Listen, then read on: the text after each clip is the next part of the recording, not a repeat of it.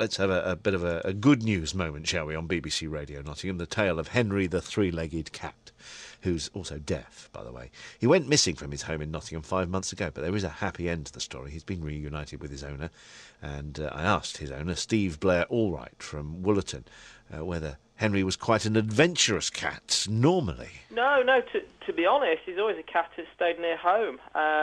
He likes to go walk about occasionally, but it's only around the neighbours' gardens. So on the evening he went missing, we were quite surprised. It was quite a hot evening back in July, and he went out at about 7:30, just didn't come back. At first we weren't too worried. We just assumed he'd got trapped in someone's shed or locked in someone's garage, because it was a sort of warm evening, people leave doors open. So we thought he'd turn up. Even when it went on a couple of weeks, we'd been in the holiday season, we just were hoping he'd be trapped in someone's house. We sort of dropped flies off to all our neighbours, put posters up in the local area, but as time went on, we started to give up hope, to be honest. Yeah, it's obviously a very distinctive cat with three legs. Does he get about all right on those three? Absolutely, yes. He's like lightning once he gets better. Right. They do say that a cat's actually a three-legged animal with a spare, so it doesn't actually cause too many problems. Once he gets running, you won't even notice he's got a missing leg. Wow. In fact, we did have a couple of people on who reported that it might be him, but they weren't too sure. They weren't sure whether the cat they'd seen had 4 or 3 legs, which was a bit surprising to us. And no point going out calling his name, because absolutely. He's deaf. We still did it, but Really? It was completely deaf, so absolute waste of time, and that's why we think he went missing. Okay. He jumped in someone's car and he just didn't hear them coming up and shutting the boot. So this was back in July. He goes missing. At what point did you think, that's it, we'll never see our little Henry again? Well, probably after about 6 weeks. We didn't really say anything to each other, but we were starting to give up hope and probably accept he wasn't coming back. He's had a few injuries and illnesses in his life. We didn't think he's always been pretty tough, but we didn't think he'd cope that well on his own, living rough probably. So now, the story you tell chimes with many a cat owner whose cat has gone missing, and, sad to say, many cats don't return. How did you sort out getting Henry back? I mean, how did you find him? Because he was miles and miles and miles away. Well, absolutely. When he first went missing, after a couple of weeks, we registered him with a company called Animal Search UK. Basically, they supplied us with posters and flyers, but also they had an internet site where people sort of could post their missing pets, and he was registered on this.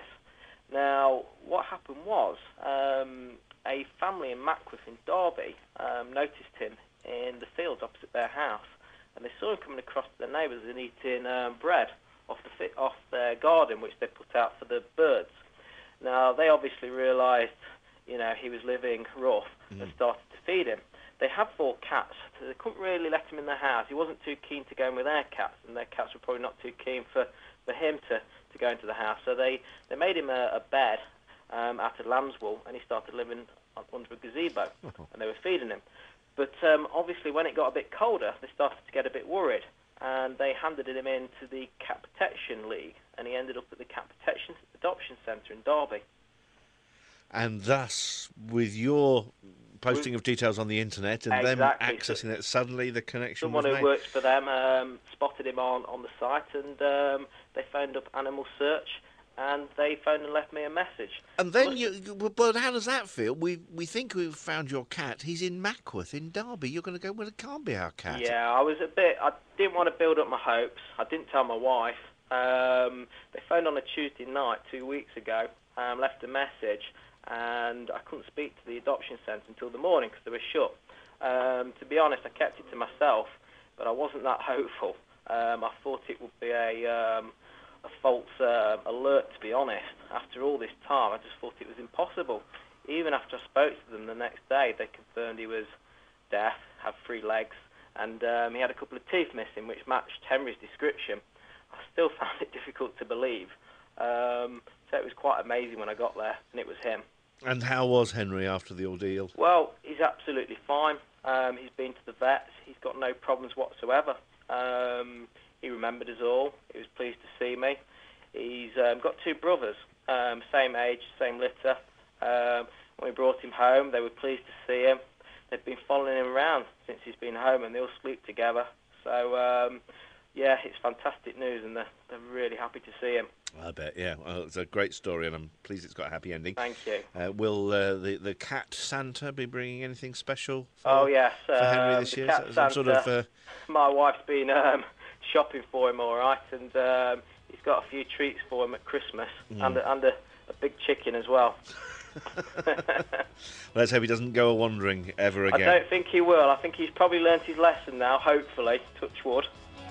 So, a story with a lovely happy ending. Henry the cat back home with Steve and his wife in Woollerton after an unscheduled trip to Derby in the summer.